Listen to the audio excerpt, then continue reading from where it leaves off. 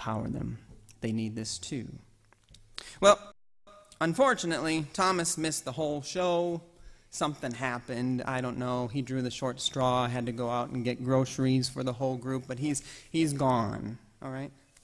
And he comes back, and all the disciples are excited. So Jesus appeared to us, and he showed us his hands and his side, and it's amazing. And then he breathed on us in the Spirit. We felt the Spirit. We feel powerful. We don't feel afraid. Isn't it great? Jesus is alive. And then Thomas says, unless I see the nails in his hands and put my hand in his side, I will not believe. We may be a bit put off with Thomas's response here. It does seem like he has a little bit of attitude. He might just be bitter that he missed out, you know. He's just going to the pig to get some matzo balls for everybody, and then Jesus shows up. I mean, talk about bad luck of all the times. But even if we understand the circumstance and understand Thomas's feelings, it might not matter, because we get upset with those people sometimes who ask questions about those matters that are most sacred to us. We get upset by questions that seem out of bounds, disrespectful. We get upset by the unreasonable demands that people make of the most important people in our lives. After all, this is Jesus. This is the resurrection, the most important event. Show a little respect, Thomas, right? And we wonder what Jesus might say in response, if he responds at all. Well, the week goes by, and the disciples, though they've been breathed on, are still huddled down and locked up in that room. The fear hasn't quite gone away. And Jesus appears again. He takes the initiative to approach the disciples again and says, peace be with you, again. Not, I breathed the Spirit on you a week ago. What are you still doing here? Get out there, get to work, but peace be with you. And then Jesus calls Thomas over. And rather than giving him a lecture on lack of faith or lack of respect, Jesus shows his hands and his side. And then Thomas says, my Lord, my God. He believes. Then Jesus says at the end of the story, have you believed because you've seen me? Blessed are those who have not seen and yet have come to believe. And we often read the last line of that story as a slam on Thomas and maybe on our questions as they might emerge in our life of faith. But I don't read it that way, and I think that contradicts the very patient and understanding Jesus that we see throughout this story. The Gospel of John's the latest of the Gospels. It was written around the year 100 of the Common Era, so about 70 years after the crucifixion and resurrection of Jesus. And what that means is that no one the Gospel writer is writing for would have seen Jesus. They would all be people like us, people who haven't seen, but who follow Jesus anyway, who believe in Jesus anyway. My reading of this is that in that final line, Jesus offers a blessing to all of us. He offers affirmation and encouragement to all of us, understanding our situation as he understood that of the disciples locked up in the room.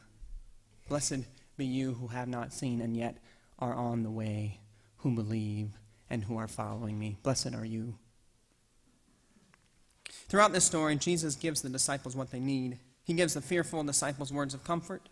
He gives the disciples that feel inadequate to do the job they're called to do the power of the Spirit so they can feel powerful and actually go out and serve. And he gives the disciples, especially Thomas, what they need so they can believe. And we're invited to trust that Jesus will do the same for us, that Jesus will give us what we need for faith too. Perhaps we're in a questioning time in our journey of faith, and we're wondering what we're supposed to do with miracles like the resurrection or the parting of the Red Sea or the feeding of the 5,000. And no matter what we do, we just can't bring ourselves to believe in those events the way we used to. Or maybe we're wondering if God really is as powerful as the Scriptures say that God is. The story suggests that Jesus will encounter us not with judgment and reprimand, but with a peace be with you, and give us what we need for faith again, so that we can find meaning through these events again, so that we can see God moving in our midst again.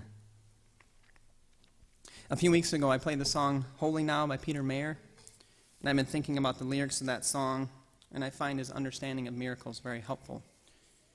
And I'll just try to sing some of this.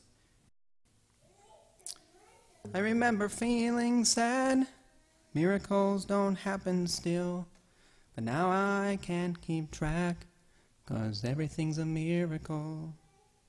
Wine from water is not so small, the even better magic trick is that anything is here at all.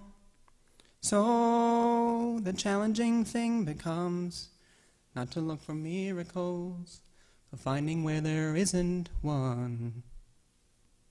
Now, I appreciate those lyrics because they turn things around and inject some mystery and wonder into our world, into our modern world and our modern worldview that thinks it can explain everything, and also extends God's miraculous work into our time too.